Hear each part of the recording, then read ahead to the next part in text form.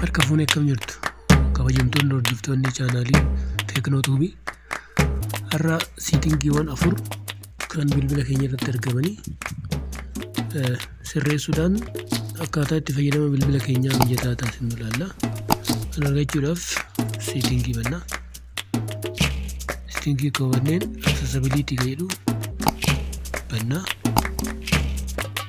Accessibility kan jedhu akka hubannee booda interaction and dexterity kan bannaa. Isa gabannee booda answering and ending call kan jedhu bannaa.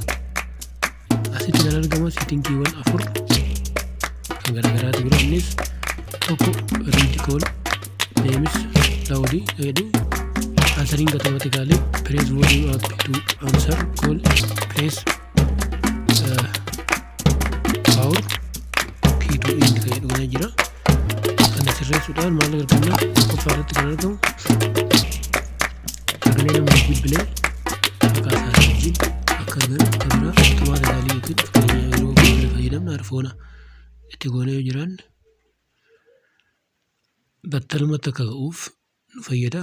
Kan itti aanu immoo yoo maal xuyne yookiin press volume up xuyne akka nuuf ka'u taasisu. Biraa yeroo cufuu barbaanne eessa yoo xuyne cufama kan jedhu sirreessuudha jechuudha. Kana arfan sirreessinee bilbila keenya